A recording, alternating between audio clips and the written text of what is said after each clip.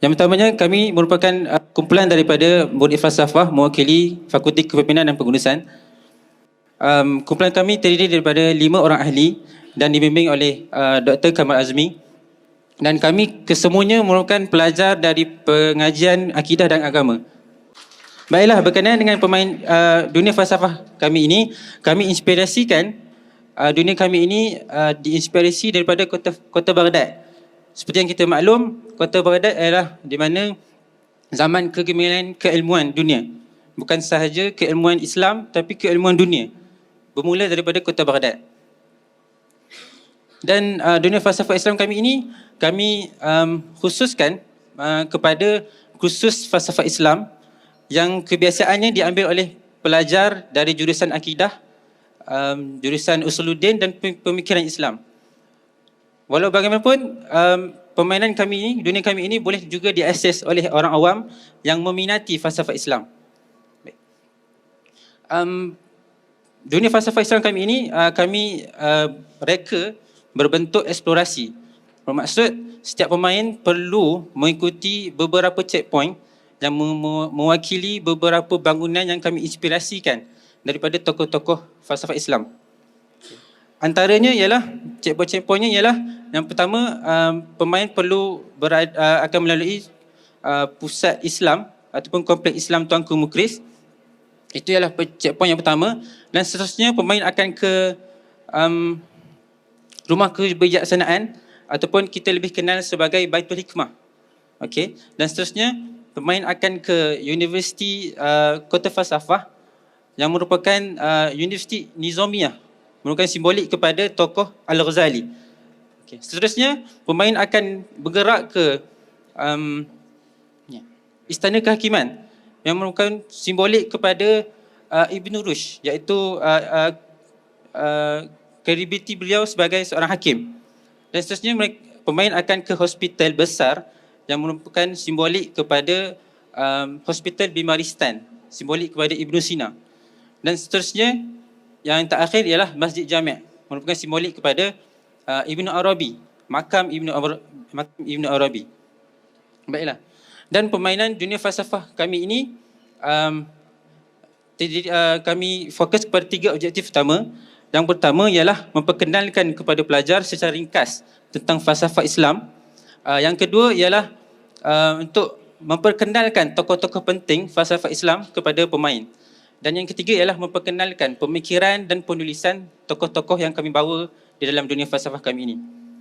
Seterusnya, proses pembinaan dunia kami ini adalah melalui kaedah pembangunan yang terdiri daripada 3 aspek. Yang pertama ialah kajian keperluan, yang kedua pembangunan dan yang ketiga ialah testimoni. Melalui kajian keperluan, kami telah memilih 41 orang yang terdiri daripada pelajar USIM, UKM, UNIZA dan UIS untuk memberikan respon. Dan daripada respon mereka, kita dapati min peratusan ialah 3.92 dan bermaksud keputusan yang tinggilah. Maksud minat mereka terhadap kursus ini iaitu kursus falsafah Islam. Dan seterusnya ialah pengajaran melalui kaedah e-gamifikasi Minecraft. Dan mereka memberi maklum balas sebanyak 3.57 iaitu sederhana. Kami dapati pada bahagian ini mereka sebenarnya tidak biasa dengan Minecraft sebab itu peratusnya rendah. Okey, seterusnya kita bergerak ke proses pembangunan. Dunia falsafah kami ini kami bangunkan sepenuhnya menggunakan bahasa Melayu. Okay. Bahasa Melayu sebagai salah satu usaha kami untuk menyahut seruan kerajaan untuk memartabatkan bahasa Melayu di dalam universiti. Dan salah satunya juga kami seperti yang kita tahu, falsafah bukan saja falsafah Islam, falsafah Barat sekalipun kita lebih mudah dapati dalam bahasa Inggeris ataupun bahasa Arab. Jadi kami bangunkan dunia falsafah kami ini dengan bahasa Melayu supaya pemain lebih mudah faham dan supaya pemain boleh belajar dengan lebih cepat. Okey. Dan maklumat-maklumat yang kami sampaikan di dalam dunia falsafah kami ini adalah kepada silibus melalui kursus falsafah Islam kami. Baik. Seterusnya, kajian kebolehgunaan ataupun testimoni, yang mana komponen ini kami telah jalankan simulasi terhadap pelajar-pelajar yang mengambil kursus falsafah Islam di FKP, dan daripada situ mereka memberi respon kebolehgunaan dunia falsafah kami ini ialah sebanyak 4.22, bermaksud tinggi. Dan seterusnya, penilaian kreativiti dan bangunan. Maksudnya mereka respon kepada setiap bangunan kami ini itu sebanyak 4.22, bermaksud tinggi. Maksudnya mereka berpuas hati dengan maklumat ataupun dunia falsafah kami lah sepanjang simulasi yang dibuat. Okey. Okay, thank you. Jadi saya presentation. Jadi saya akan kongsikan perjalanan game kita. Okay, so jadi tempat yang pertama ialah dekat pusat Islam. So apa dekat pusat Islam, apa yang pemain perlu dekat pusat Islam ialah yang pertama, dekat sini ada maklumat berkenaan tentang USIM. So dekat sini kami nak highlightkan tema USIM cemerlang disayang. Segala maklumat tentang USIM memang kami dah letak dekat papan-papan. So dalam proses diorang menyelesaikan, diorang akan dapat tahu banyak benda berkenaan USIM yang diorang tak tahulah. Okay, so dekat sini task pertama diorang kena cari Nazir. Ni dia pegang buku portfolio. Buku portfolio tu tujuan untuk gambar-gambar yang bila diorang pergi satu tempat, diorang akan ambil gambar dengan tokoh-tokoh tersebut. Tu task yang pertama lah. Task yang kedua, diorang kena minta kunci nanti. Jadi kat sini diorang dapat buku portfolio dan cari Nazir. Dekat bawah ni tadi segala maklumat tentang USIM dan hint untuk cari Nazir pun ada dekat sini. Okey, terus ke atas tengok Nazir. Okey. Alright, Nazir dekat atas. Jadi siapa main game ni saya dah bagi tahu jawapan . So Nazir dekat atas sini. Ambil Nazir, cari Nazir, ambil buku. Lepas tu dia akan bagi tahulah tentang pengenalan falsafah Islam. Okey, dah cari Nazir, cari pintu teleport ke pertama lah, iaitu rumah kebijaksanaan. Okey, pergi checkpoint. Okey. So task kat sini pertama cari Nazir dan minta portfolio daripada Nazir. Ni bentuk game ni bentuk eksplorasi. Jadi dia akan explore segala benda yang ada dalam ni lah. Okey. Okey, ni teleport ke Baitul Hikmah. So Baitul Hikmah diorang kena cari tokoh Al-Kindi. Tokoh utama dalam ni ada beberapa tokoh yang kita orang highlight.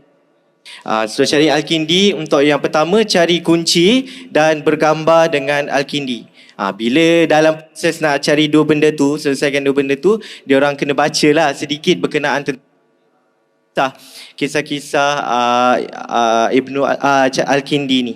Okey, terus cari ni Al-Kindi. Kunci, ni contoh yang pertama lah. Okey, ambil kunci dan bergambar. Dua task ni dia akan berulang dan dia kena baca lah. Nak tak nak dia kena baca dulu. And then dekat bawah pengenalan tadi dia ada tips. Setiap checkpoint memang kita sediakan tips. Tak susah pun main game ni. Okey. Okey, bawah scroll bawah. Tu tips dia. Okey.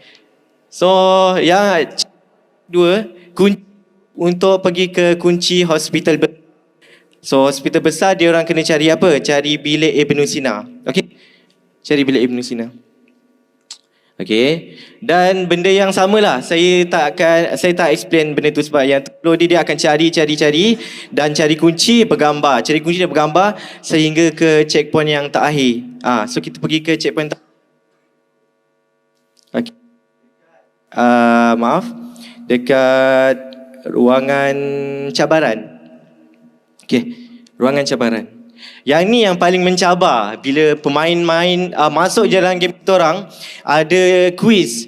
Jadi kalau dapat jawab quiz dengan betul, jadi diorang akan pergi ke pintu seterusnya. Kalau salah, diorang akan pergi ke pindahkan semula ke ruangan jawapan. Dekat mana jawapan diperolehi? Maksudnya bangunan tadilah. Okey, tunjukkan. So betul. Okey, soalan kalau betul. Okey, kalau salah dia akan dipindahkan ke tempat jawapan tu ada. Okey, kalau betul dia akan ke pintu seterusnya. Okey, terus ke USIM. Okey, yang terakhir.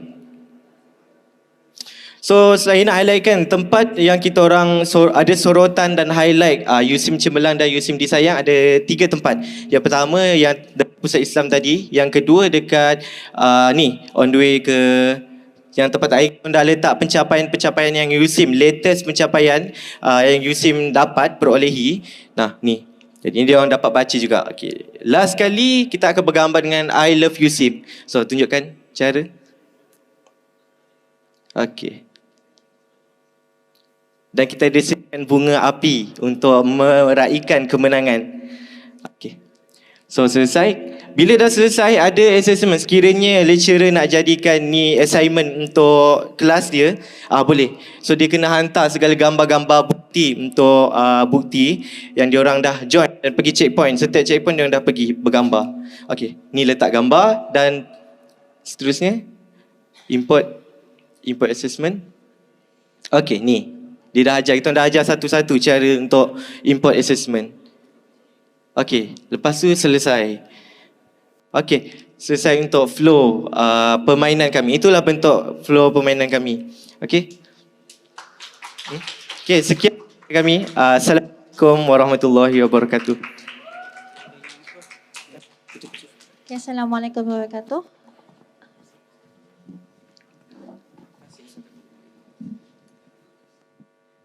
Waalaikumsalam. Okey, tahniah atas wall yang telah dibina. Sangat menarik dan juga bermain dengan wall awak. Alhamdulillah. Menariklah. Okey. Banyak sangat design yang unik dan kreatif. Okey, cuma maksudnya wall ini saya tanya yang pertama, wall ini telah melalui proses diuji testing kepada murid. Memang spesifik kepada student yang belajar falsafah Islam ya. Ya, memang pada khusus. second year ke? Fourth year. Tahun keempat. Maksudnya kandungan dalam Minecraft kamu ni, adakah dia merangkumi kesemua subjek ataupun certain subtopik dalam kursus tu? Dia dia tak keseluruhan tapi kebanyakannya memang daripada situ. Dan kita orang ada satu buku rujukan iaitu penulisnya Majid Fakri. Maksudnya sumber utamanya daripada buku tersebut. Okay. Maksudnya student yang akan user yang akan access Minecraft ini adalah student yang belajar falsafah Islam saja. Tapi dia sebabkan dia sangat mudah apa semua boleh diakses. Sesiapa yang berminat untuk belajar, orang awam, jadinya boleh masuk akses untuk permainan ni. Kita boleh buka untuk orang awam untuk sertai game ni. Disebabkan dia telah melalui proses testing kan? Apa akan datang pihak murid falsafah ini untuk projek Minecraft ini? Maksudnya for the nextnya, apa yang kalian akan buat? Okay. So untuk yang pertama, kita rancang kita akan tambah baik lagi mana-mana yang kurang. So sebab tapi ini hanya spesifik pada falsafah Islam saja? falsafah Islam. Dan mungkin next plan, mungkin boleh kita akan apply dekat subjek-subjek yang lain juga untuk pelbagaikan dunia kita orang macam tu. Terima kasih. Sama. Okey, saya ucap terima kasih Sama-sama. atas effort lah tu buat kata apa? Ada prop lah ada prop. Satu effort yang baik. Dan antara elemen dalam gamifikasi adalah storytelling ataupun orang panggil dia kena ada jalan cerita. Saya lihat game anda adalah perkara tersebut. Alhamdulillah. Dan adunan Usim Cemerlang, Usim Disayang tu ada. Bangunan tu memang develop sendiri Okay. Maksudnya setiap model-model tu banyak tu. Yang tu kita orang dah bahagikan kepada setiap ahli. Maksudnya dalam ahli tu ada 5 orang. Seorang satu bangunan dan ada beberapa orang 2 bangunan. Dan gambaran tu kita hanya dapat gambaran daripada luaran saja. Dalam tu mengikut imajinasi. Tapi kita orang masih mengekalkan, maksudnya tak ada, kan kita nak bawa zaman dahulu tu. Kita tak modernkan sangat. Supaya orang boleh tengok vibe zaman dahulu. Macam tu. Okey, bagus. Benda tu, perkara tu satu yang bagus. Dan dalam game juga kita kena ingat, dia adalah tujuan kita buat game. Kita tak nak jadi macam virtual reality betul. Dia ada juga fantasi jugalah. So apa elemen fantasi kita boleh masukkan lah. Boleh terbang ke, boleh keluar api dan sebagainya. So good luck. Terima kasih. Okay, terima kasih. Itu je daripada juri. Terima kasih. Okay, terima kasih banyak semua. Assalamualaikum.